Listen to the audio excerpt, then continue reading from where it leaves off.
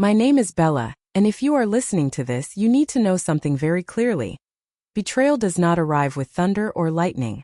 It slides into your life quietly, like a shadow at dusk, until the moment it opens its mouth and laughs in your face. And when it happened to me, it wasn't a stranger who drove the knife into my back. It was the two people I thought I could trust most. The night it began looked like perfection on the surface. My dining room glowed with the warmth of candlelight. The long wooden table was set with polished silverware, wine glasses catching the reflection of the chandelier. Family and friends filled every seat. There was laughter, the clinking of forks against porcelain plates, and the soft background hum of a playlist I had carefully chosen to set the mood. I remember looking around that table and feeling a strange stillness settle inside me. It was the kind of evening where people lean back in their chairs, sip their drinks, and make toasts about how grateful they are for one another. I smiled, I nodded, I poured wine into glasses. To anyone watching, I was the hostess, the wife, the friend, perfectly composed, perfectly in control. But then Rachel opened her mouth. Rachel, my so-called best friend. Rachel, who had stood beside me on my wedding day, holding my bouquet when my hands shook too much. Rachel, who had cried with me through heartbreaks, celebrated every promotion, and promised me that nothing, not even men, could come between us. She leaned back in her chair, her lips painted in the kind of red she knew would draw attention, and she said it with a smile that split my world apart. Sometimes I think I'm the luckiest woman alive. Brandon treats me better than anyone ever could. The words landed in the room like shards of glass scattered across marble. Some people chuckled politely, raising their glasses as if she had made some innocent joke. But my eyes shot across the table to Brandon, my husband, my partner, the man who had sworn vows to me under the same chandelier that now lit his guilty face. And he didn't deny it. He didn't laugh it off. He didn't even glance at me with the outrage I expected, the sharp correction that should have followed. Instead, he lowered his eyes into his glass, smirk tugging faintly at his lips, as though Rachel's words were nothing more than the truth he had been keeping tucked away in his pocket. My heart didn't just break. It stalled, lurched, and then began pounding so loudly that I thought the entire table must hear it. I forced myself to lift my own glass, to let my lips curve into a smile, to join in the hollow laughter echoing around me. But inside my blood turned cold. Because those words weren't random. They weren't a slip of the tongue. They were Rachel staking a claim, testing the waters of just how far her arrogance could go. And Brandon's silence? That was all the confirmation I needed. I excused myself later with the kind of grace only fury can create. I hugged Rachel goodbye at the door, pressing my cheek to hers like nothing had changed. I even kissed Brandon on the cheek in front of the guests. To them, we were still the couple people envied, the stable, happy, picture-perfect pair. But I knew the truth. That night, when the house was finally empty, I stood alone in the kitchen, staring at the remains of the dinner. Empty glasses, lipstick stains on napkins, crumbs scattered across the tablecloth. Evidence of an evening that had looked flawless to everyone else but had detonated like a bomb inside my chest. Brandon slept upstairs, his breathing steady and shallow, as though nothing had shifted. Rachel, I imagined, had gone home smiling to herself, savoring the thrill of what she had dared to say in front of me. And me? I poured myself another glass of wine and whispered a promise to the silence of the room. I will not scream. I will not cry. I will not beg. But you will both regret ever thinking you could humiliate me. That was the moment I crossed the line inside myself. I would not be the broken woman they expected. I would not allow them to laugh at my pain. Revenge is not chaos. Revenge is patience. Revenge is calculation. And as I sipped my wine, staring into the dark reflection of the window, I realized something chilling. Rachel could brag about her perfect man all she wanted. Brandon could smirk in silence. But I had already decided who would have the final word. It would not be them. It would be me. And that final word would not be whispered in a corner. It would not be shared between the three of us like a shameful secret. No, it would be loud. It would be undeniable. And when I was finished, their smug laughter would turn into silence, the kind of silence that only comes when reputations shatter. This was not just betrayal. This was the beginning of my story. And trust me, if you think you know where this story is going, you don't. Because when I decided to take back control, I didn't just plan on exposing them. I planned on rewriting everything. And Rachel, my dear bragging best friend? She had no idea that the story she thought she was starring in was about to become my story of revenge. The next morning should have been ordinary. Sunlight spilled through the curtains, painting the walls with soft gold. Brandon sat at the kitchen table, sipping his coffee like nothing had happened, scrolling on his phone while the smell of toast filled the air. But I couldn't look at him the same way. Every sound, the scrape of his spoon in the mug, the rustle of his newspaper was unbearable. His silence at dinner replayed in my head again and again. That smirk, faint but undeniable, seared itself into my memory. "Big night," I said lightly, testing him. My voice carried no weight, but my eyes searched his face for even a flicker of guilt. He didn't meet my gaze. Yeah, everyone seemed to have fun. Everyone. Not me. I wanted him to ask if I was okay. I wanted him to notice the stiffness in my voice, the pause in my movements. Instead, he kissed my cheek absent-mindedly before leaving for work, like nothing at all had shifted between us. The moment the door closed, I leaned against the counter, my hands trembling. Last night could have been dismissed as a cruel joke, but Brandon's indifference this morning told me everything. Rachel hadn't lied. She had declared the truth right in front of me. But I needed more. I needed proof. That evening when Brandon came home, I noticed something. His shirt smelled faintly of perfume, floral, sweet and sharp, not mine. A scent I knew too well because Rachel had worn it for years. I smiled as though I didn't notice.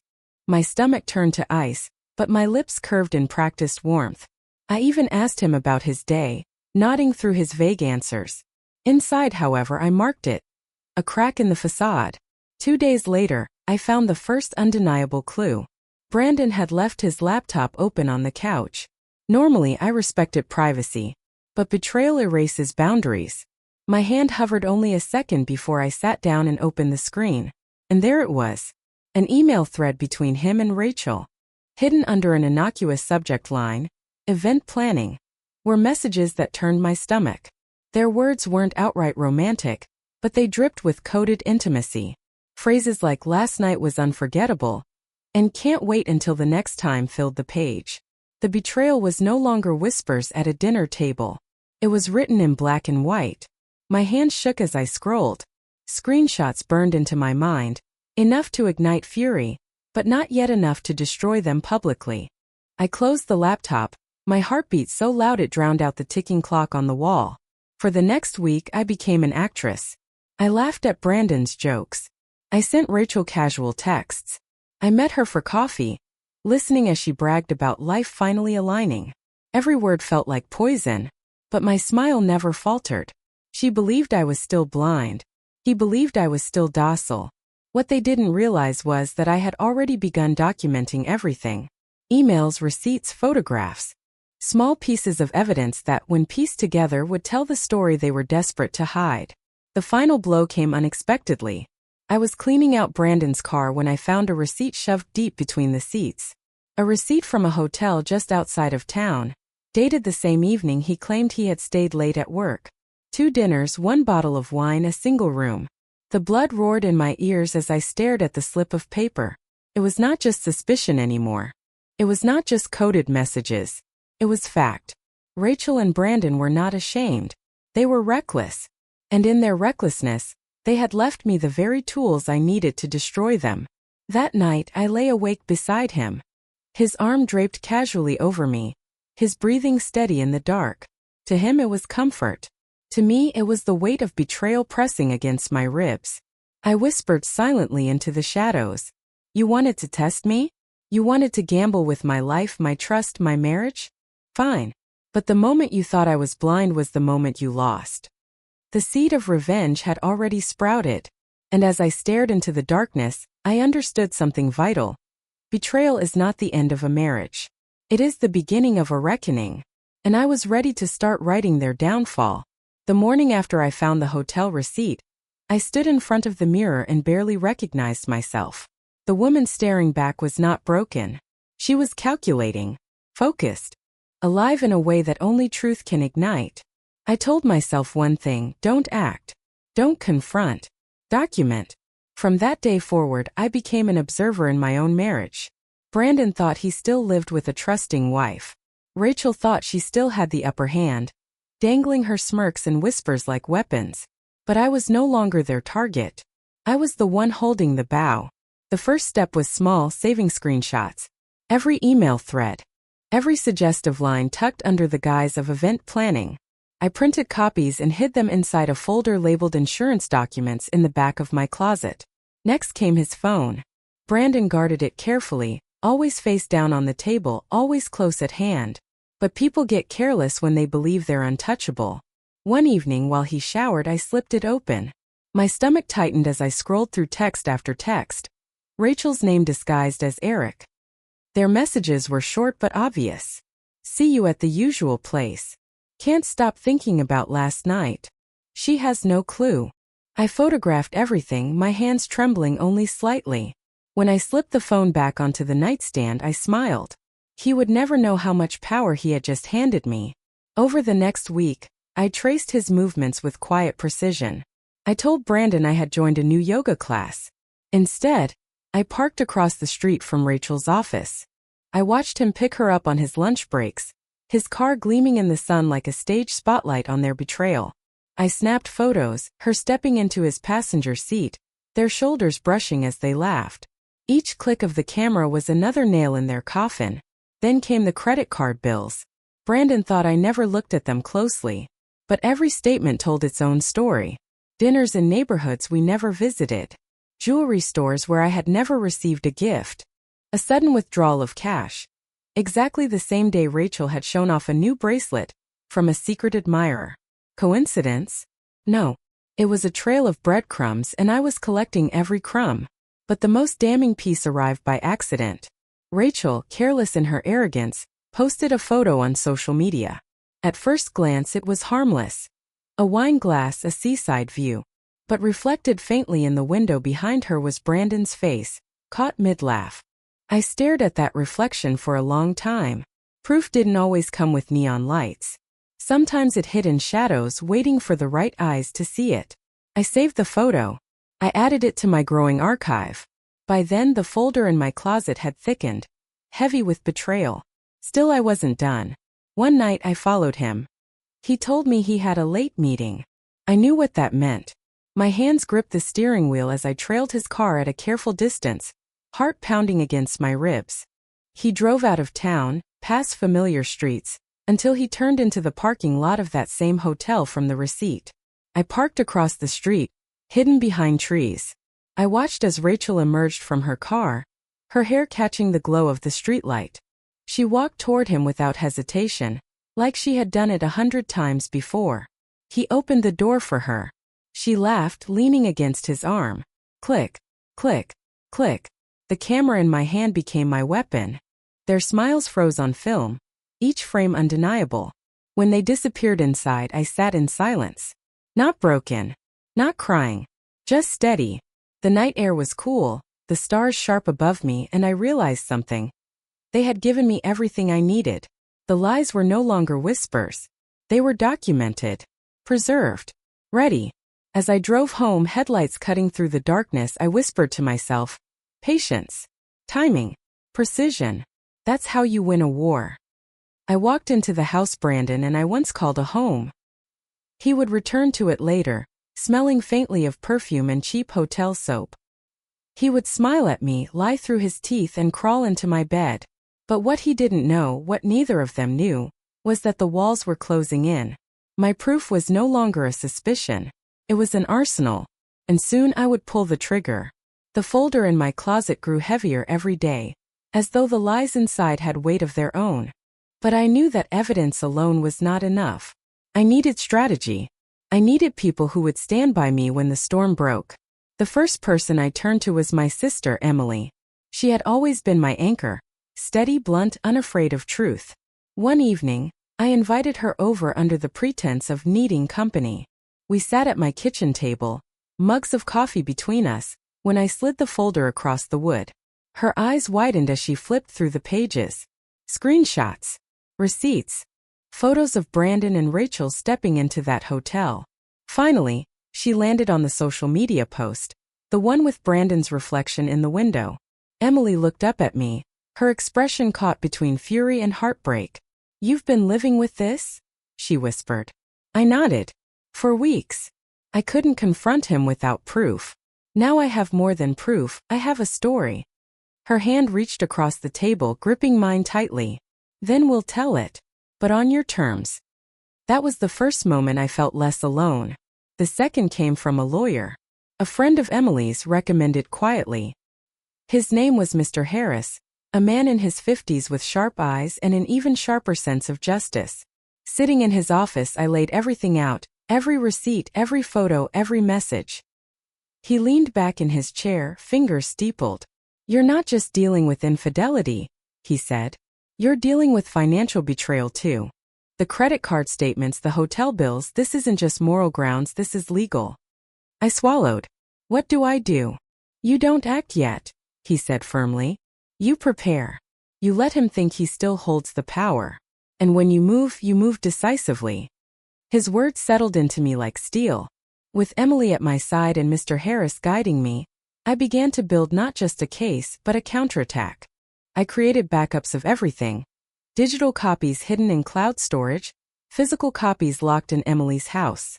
Brandon could burn the folder, but he couldn't erase the truth anymore. Meanwhile, Rachel's arrogance only grew. She showed up at family dinners, laughing too loudly at Brandon's jokes.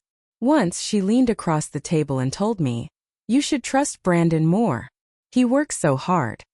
Her smirk lingered on her lips like poison. I smiled back. "You're right. Hard work deserves recognition." Inside, I was already planning how to recognize every stolen moment they thought was theirs. The next ally was unexpected. One of Brandon's coworkers, a quiet man named Daniel, reached out to me. He had seen too much. Brandon leaving the office early, Rachel waiting nearby. Daniel didn't want to get involved, but guilt tugged at him. "He thinks no one notices," Daniel said when we met at a cafe. "But people talk. And you don't deserve this." I thanked him, my chest tightening with a mixture of rage and gratitude. His testimony wasn't necessary, but it was fuel. The more voices that echoed the truth, the stronger my revenge would become. By now, my allies formed a circle around me. Emily, the sister who refused to let me break. Mr. Harris, the lawyer sharpening every edge of my evidence. Daniel, the quiet witness who confirmed what I already knew. And me, no longer the trusting wife Brandon believed he had, but the architect of his downfall. Every night, I rehearsed scenarios in my head. How would I reveal it? At a family gathering? In court? Online for the world to see? Each possibility flashed before me like a movie trailer. The common thread in every version was this: Brandon and Rachel would not walk away unscathed. I told Emily one night, "When this comes out, I don't just want them embarrassed. I want them exposed. I want every smile they shared to turn into ashes in their mouths." Emily squeezed my hand. "Then let's make it happen." And so we prepared. Quietly, carefully, patiently. The world still thought I was the dutiful wife and Rachel was the devoted friend. Brandon thought he was untouchable, that his lies were invisible. But the truth had allies now. And soon it would have an audience. The evidence was no longer just a folder hidden in my closet. It had become a living thing. A shadow that followed Brandon and Rachel everywhere they went. And while they laughed, while they whispered, while they thought I was blind, I was sharpening every piece of proof into a weapon. But weapons need a plan. Revenge if sloppy backfires. I refused to let this crumble.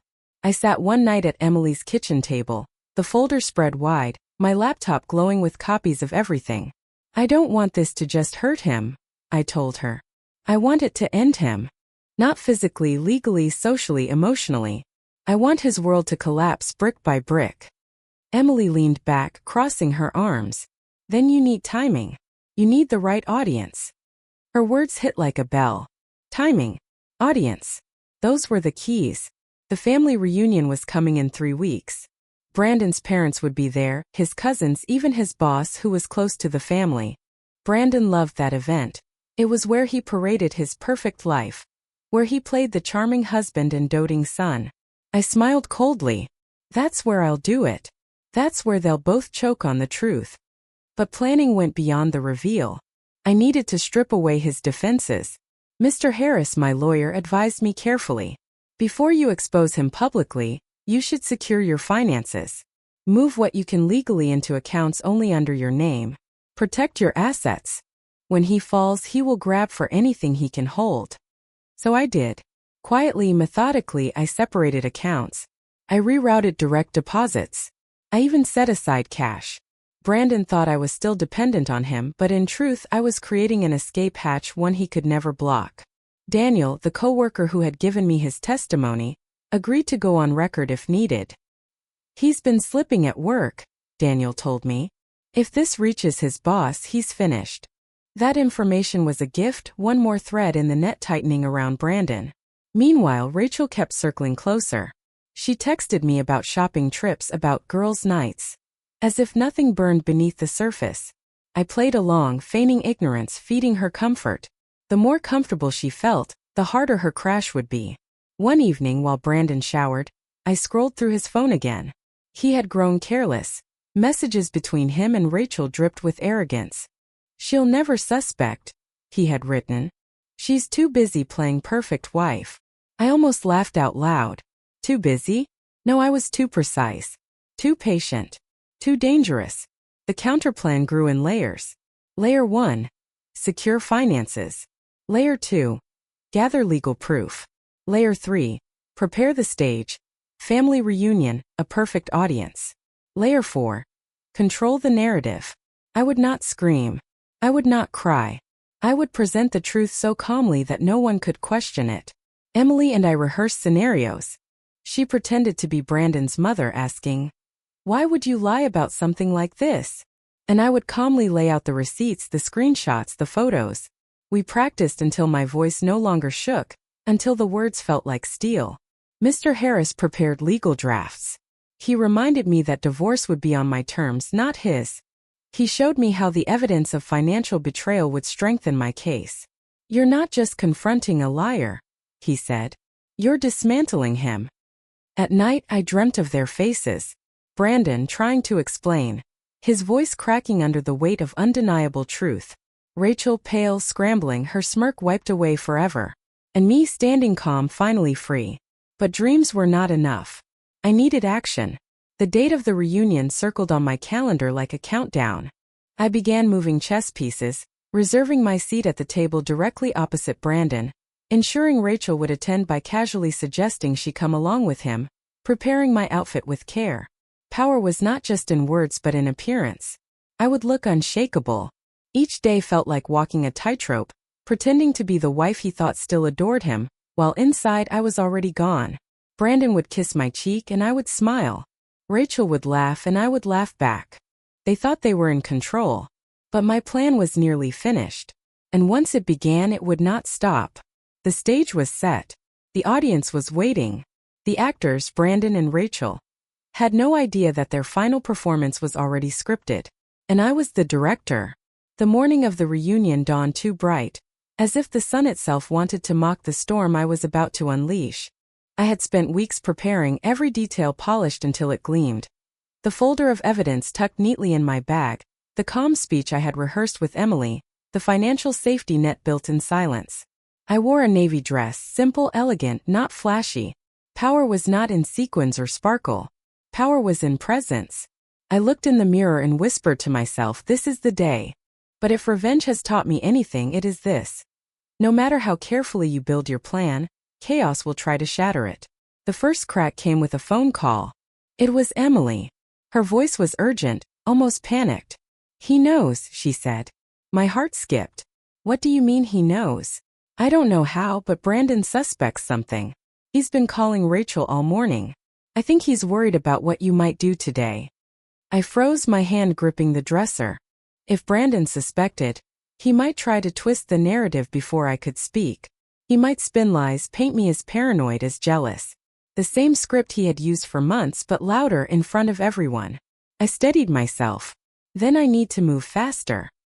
He's not stealing this moment from me. At the reunion hall, the air buzzed with voices, laughter, clinking glasses. Brandon's family had gathered in full, parents, cousins, uncles, his boss near the buffet table sipping coffee. And then I saw him. Brandon, smiling too wide, greeting everyone with his usual charm. And Rachel beside him, her hand brushing his arm as if she belonged there. My stomach twisted, but I forced myself to glide through the room like I owned it.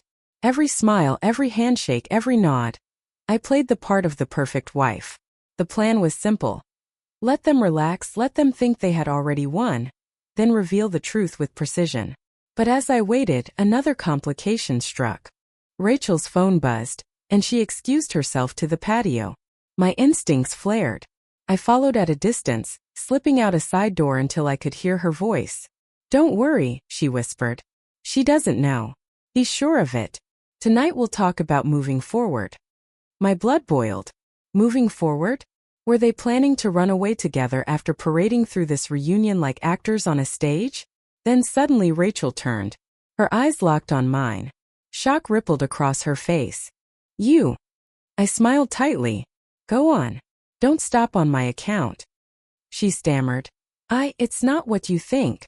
"Oh, Rachel," I said softly, venom laced in every syllable.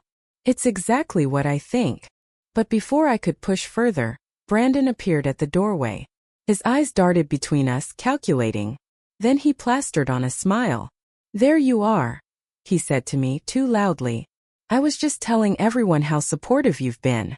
Come inside, sweetheart." Sweetheart. The word nearly made me laugh.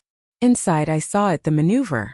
Brandon was already whispering to his mother, shaking his head with a wounded expression. His mother frowned at me, then at Rachel.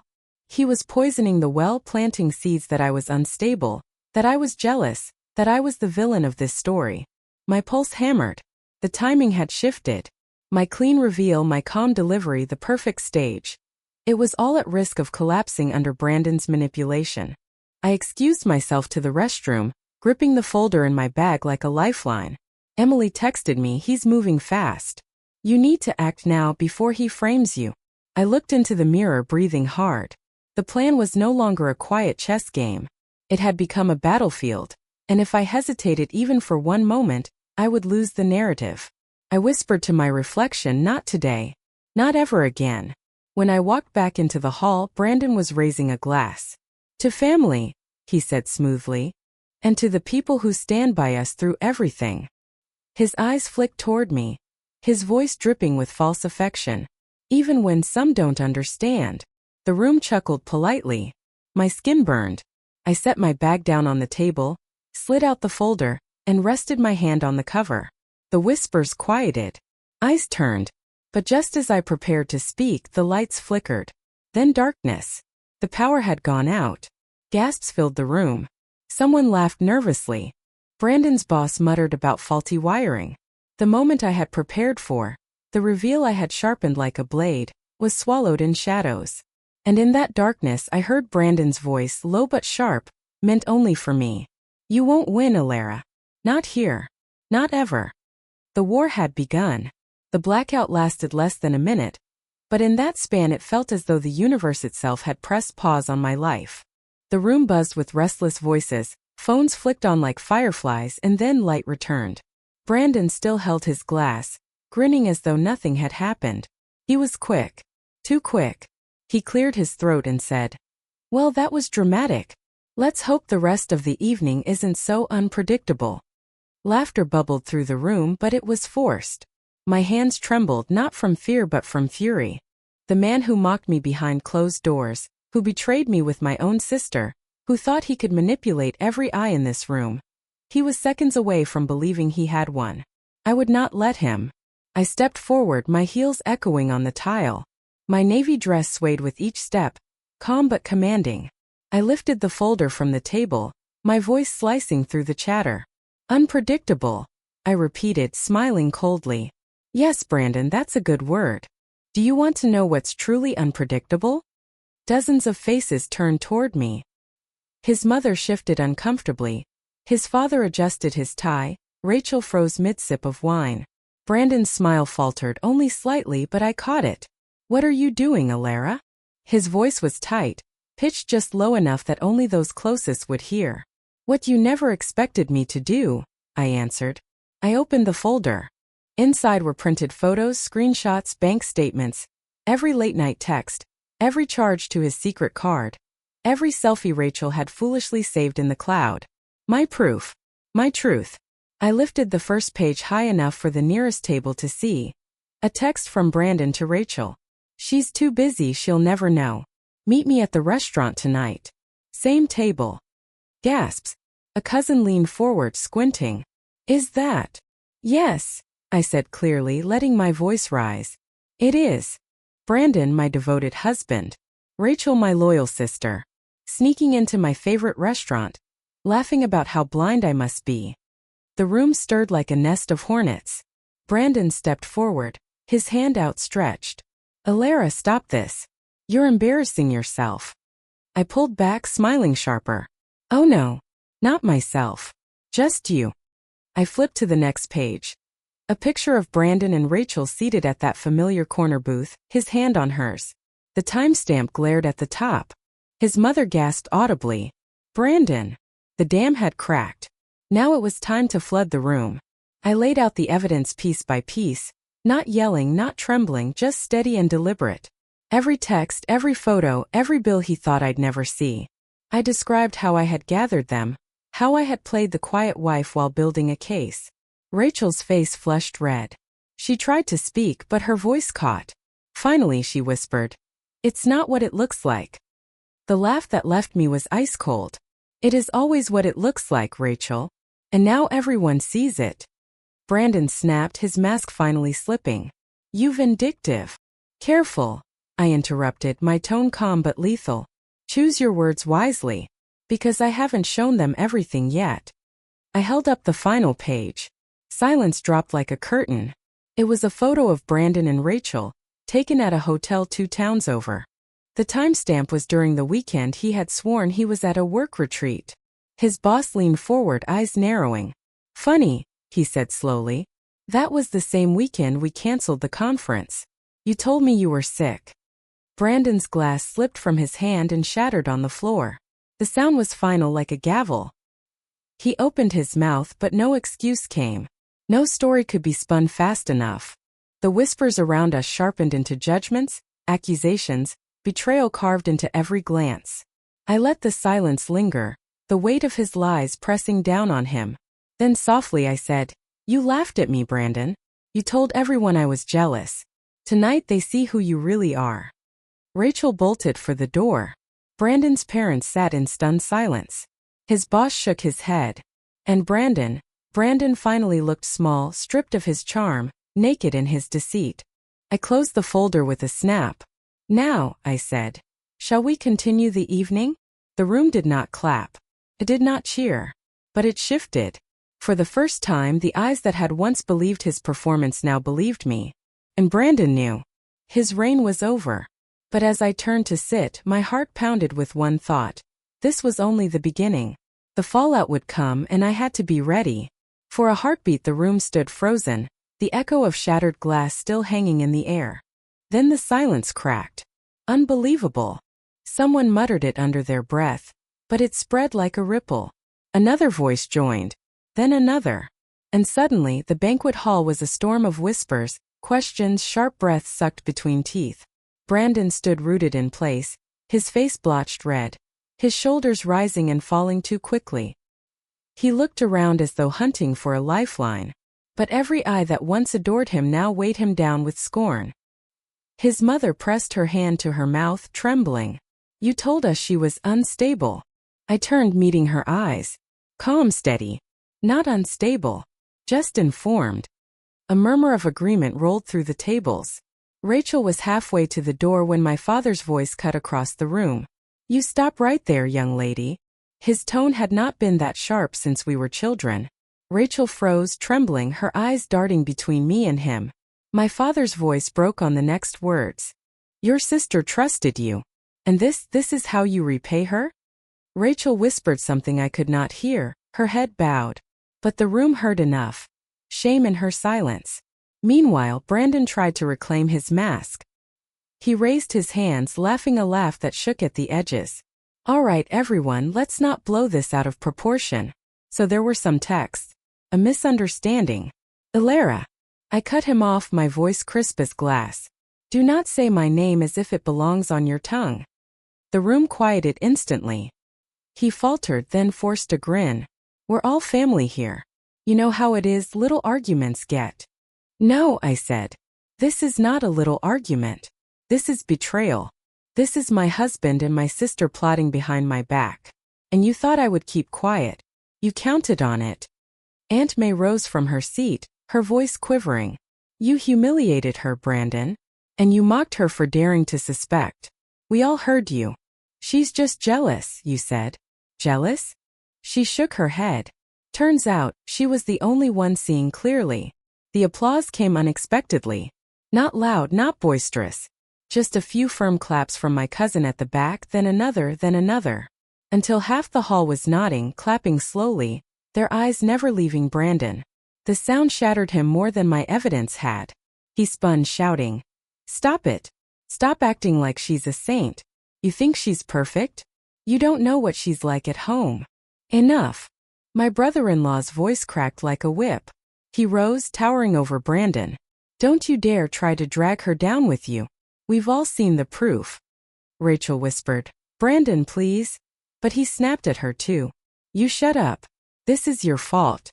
The words slashed through the air, and Rachel flinched. The room turned colder still. Even those who might have pitied him recoiled. He was unraveling before their eyes. I stood straighter, folding the folder against my chest. "This is who you chose, Rachel. A man who throws you under the bus the moment the walls close in. Congratulations." Her tears spilled freely now, her mascara streaking. But no one moved to comfort her. Brandon's father finally rose, his face carved from stone. "Son," he said, his voice heavy, "you've shamed this family. Your wife is stronger than you ever deserved. And Rachel," his voice cracked, "Rachel, I cannot even look at you." The air was suffocating. Brandon's once proud stance had collapsed. He muttered, "This is ridiculous. I can fix this. I can fix all of this." I shook my head. "No, Brandon. You can't fix truth." And tonight everyone saw it for themselves. The whispers grew again, louder this time. People shifting in their seats, glancing at me with something I had not felt in a long time. Respect. Then from the corner Brandon's boss spoke. His tone was clipped, professional but deadly. "We'll talk on Monday." That was all. But it was enough. Brandon's career, already shaky, was crumbling. Rachel tried again to flee, but this time no one stopped her. She pushed through the doors, vanishing into the night. Brandon reached after her, but his arm dropped before he took a step. He was alone. I let the silence stretch. I wanted him to feel it. Every ounce of the weight pressing down, every betrayal echoing back at him. Finally I spoke softly but firmly. "You wanted me silenced. Tonight I was heard. Loud enough for everyone here. Loud enough that you will never escape it." Brandon's eyes darted, wild, cornered. He opened his mouth but no sound came. The room had made its judgment. And it was final. The next morning, the sunlight felt sharper, as if the world itself had been scrubbed clean. For the first time in months, I woke without a knot in my stomach. But the silence in the house was heavy. Brandon's shoes were gone from the entryway. Rachel's perfume still lingered faintly, a ghostly reminder of what she had tried to take from me. My phone buzzed before I could pour a cup of coffee. Messages. Dozens of them. Cousins, friends, even colleagues. "You were incredible last night. We had no idea. Stay strong." He showed his true face. I scrolled, heart pounding. Validation. Solidarity. Proof that I was no longer alone. My story was no longer just my burden. It belonged to every person who had sat in that room and witnessed the truth. And then the headline. Local businessman exposed at family event, infidelity scandal goes public. My breath caught. Brandon's boss must have spoken to someone in the press. A reporter had pieced it together, citing family witnesses. His career was unraveling in real time, just as I predicted. By noon, his company had released a statement. "We value integrity above all else." Effective immediately. Brandon Lawson is no longer employed at our firm. I let out a slow breath. That was the first domino. Meanwhile, Rachel's silence was deafening. She hadn't returned home to her apartment. My father confirmed she had retreated to a hotel. No social media posts, no smug selfies, no updates. The woman who once bragged about having the perfect man was invisible. My mother called in tears. Bella, she said softly, I should have trusted you sooner. I kept brushing off your instincts. I'm sorry. Her voice cracked, and for the first time, I felt her truly on my side. Mom, I said steady, I don't need apologies. I just need honesty. From here on, no more pretending. The relief in her sigh told me she understood. By evening, more fallout rolled in. Brandon's credit card company froze his accounts. News of unpaid balances had reached me. A lawyer friend who had been sitting quietly at the family table the night before sent me a message. If you're ready, I'll represent you in divorce. He doesn't stand a chance now. I smiled for the first time that day. Not out of joy but out of power. And then came the voicemail. Brandon's voice, shaking, desperate. Bella, please, you can't let them ruin me like this. You proved your point. You embarrassed me. But we can fix it, can't we? Don't throw away everything. I replayed it twice, listening not to his words but to the fear beneath them. For years he wielded control. But now I had it. I deleted the voicemail without replying. That night I took out the wedding album. Not to mourn. To plan. Every smiling photo was a mask. Every staged memory a reminder of how long I had been carrying his lies. Tomorrow I would meet with the lawyer. Tomorrow I would begin writing the final chapter of this marriage. And Rachel? She would have to live with the knowledge that her so-called perfect man had crumbled the moment the truth reached daylight. I stood by the window, the city lights flickering like stars on earth. The world outside felt open again, full of possibility. The pain was still there, yes. But it no longer chained me. The fallout was not destruction. It was rebirth. And I was ready to step into it fully. The week after that unforgettable dinner felt like stepping into a new world. My name, once whispered in pity, was now spoken with respect. At the grocery store, a neighbor stopped me. Bella, she said, you were so brave. You didn't just save yourself. You showed us all how to stand tall. I smiled, not out of vanity but because I finally believed it. For years, Brandon convinced me I was small, fragile, incapable of real strength. Now, every sunrise reminded me that strength had been inside me all along. The divorce proceedings moved quickly. With the proof in hand, my lawyer carved through Brandon's defenses like a blade through paper. The court saw the lies for what they were. The judge's gavel came down in my favor, and in that moment I wasn't just free from him. I was free from the version of myself who once thought she needed him. Rachel faded into the background. She tried to reach out once, a message begging me to forgive, insisting she never meant to hurt me. I never responded. Her betrayal was not a mistake. It was a choice. And my silence was louder than any reply could ever be. One evening, I returned to that same dining room where everything had unraveled. The chair still stood where family had gasped, where Brandon's mask had fallen. I lit a single candle and sat with the memory. I didn't cry. I didn't rage. I simply breathed, letting the silence settle like a blanket over old wounds. Then I closed the album. Not the wedding one. The album of my mind where his voice, his face, his manipulation once lived rent-free. I shut it tight and locked it away. Because my story didn't end with his betrayal. My story began with my revenge. And what a revenge it was. Not screaming, not violence, not chaos. But truth. Cold, undeniable truth revealed at the perfect moment. He gave me lies. I gave him exposure. He tried to bury me in shame. I handed him a legacy of disgrace. Some nights I still hear the echo of gasps around that table. The silence afterward.